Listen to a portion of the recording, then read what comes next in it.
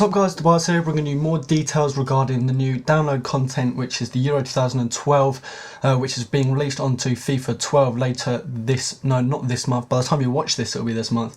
And something that will be within the Euro 2012 download content is the expedition mode, which is what we have been told so far. It is the offline mode. They haven't said this is going to be an online aspect of the download content, so from what we know so far it is the offline.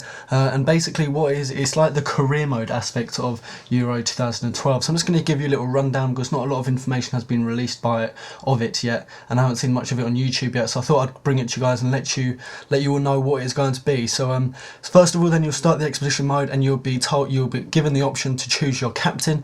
You'll be given the opportunity to choose your FIFA 12 Virtual Pro if you want. However, you can choose any player from any European nation's country. Once you've selected your team captain, it is then up to you to configure your team names, kit and badge. Once this process has been complete, you will be then randomly assigned a selection of Europe's poorest players to fill out your starting 11. You can randomise this as many times as you want, so if you don't like the 11 you get, you can randomise it again to see if you get like the second starting 11 you get. So you can do this quite a few times from what I believe until you're happy with the starting 11. As it said, they're going to be the poorest players in Europe, so they're not going to be anyone decent. Once your team has been assembled, your domination of Europe can begin. Once one of the analogies that EA used was similar to Risk, the board game. I don't know if you've played it before, but it is basically where you're attempting to conquer Europe nation by nation.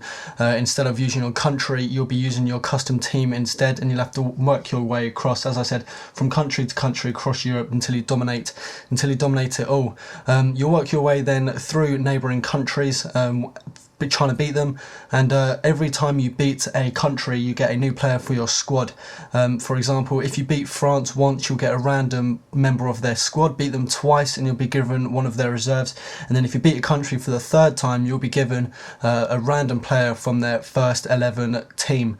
So for example, if you beat England 3 times, you could be given Rooney, for example. However, you could be given someone like Smalling, so someone you don't really want. Not saying that Smalling's bad by any means, but it could be, literally it says here it's random, so it could be anyone.